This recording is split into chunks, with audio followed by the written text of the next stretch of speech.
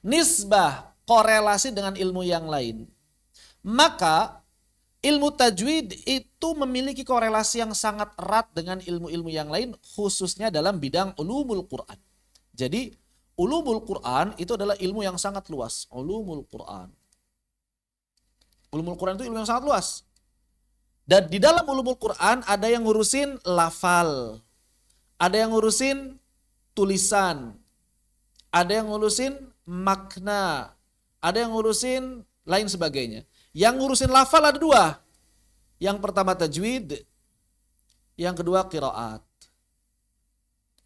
Yang ngurusin tulisan ada rasam, ada dhabat, ada khat. Makna, asbabun nuzul, tafsir, nasih mansukh dan lain sebagainya. Balaghah termasuk makna di situ. Ya. Begitu. Ulumul Quran adalah ilmu yang sangat luas dan ilmu tajwid adalah bagian dari ulumul Quran, bagian kecil dari ulumul Quran. Makanya tidak heran kalau dalam kitab-kitab tajwid, dalam buku-buku tajwid kadang ada ilmu qiraatnya dikit, ada ilmu rasamnya, ada ilmu tafsirnya, ada ilmu waqaf ibtida'nya karena memang punya hubungan yang erat. Ini di satu sisi. Di satu sisi. Tajwid punya hubungan yang erat dengan ulumul Quran. Gitu ya. Begitu. Jadi kalau kita berbicara ulumul Quran, ada yang berbicara lafal, ada yang berbicara tulisan dan sebagainya, maka tajwid adalah salah satunya. Tapi di sisi yang lain, tajwid juga punya hubungan dengan apa? Ilmu bahasa Arab, lughah. Kalau tadi dari sisi Quran, dari ilmu lughah.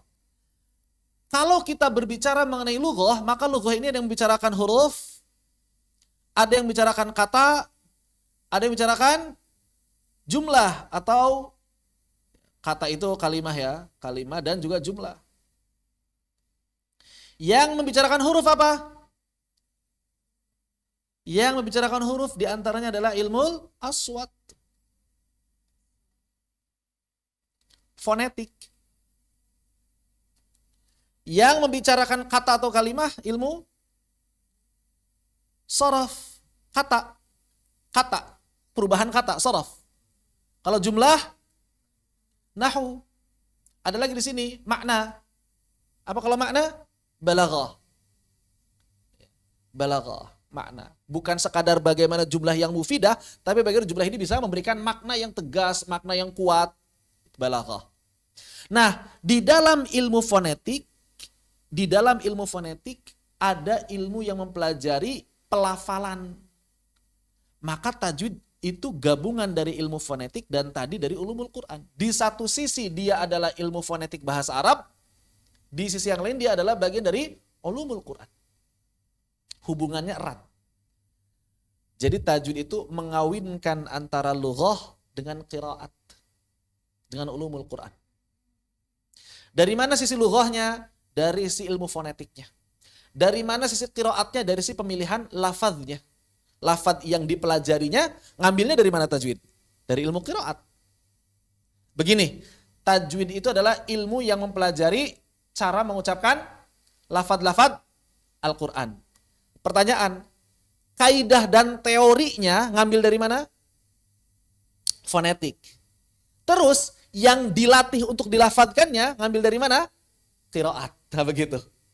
Ya, jadi menggabungkan antara fonetik dengan qiraat. Kalau fonetik doang, maka bagaimana kemudian mempelajari kaidah-kaidah bahasa Arab secara umum.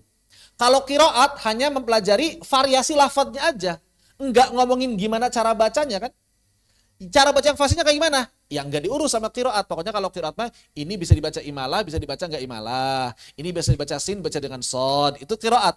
Tapi gimana cara baca yang fasih dengan sin? Gimana cara baca fasih dengan sod? Itu di tajwid. Gimana imalah yang fasih? Gimana fathah yang fasih? Itu di tajwid. Begitu. Makanya ilmu tajwid itu menggabungkan antara ilmu lughah dengan ilmu ulumul Quran. Jadi ilmu tajwid, maka di sini tajwid ya. Berarti tajwid dari sisi teori pelafalannya ngambil dari ilmu aswat atau fonetik. Dari si lafadz yang dipelajarinya maka ambil dari ilmu qiraat. Nah, jadi ilmu tajwid itu gabungan dari ilmu fonetik dan ilmu qiraat. Secara teorinya ngambil dari fonetik, secara riwayatnya ngambil dari qiraat.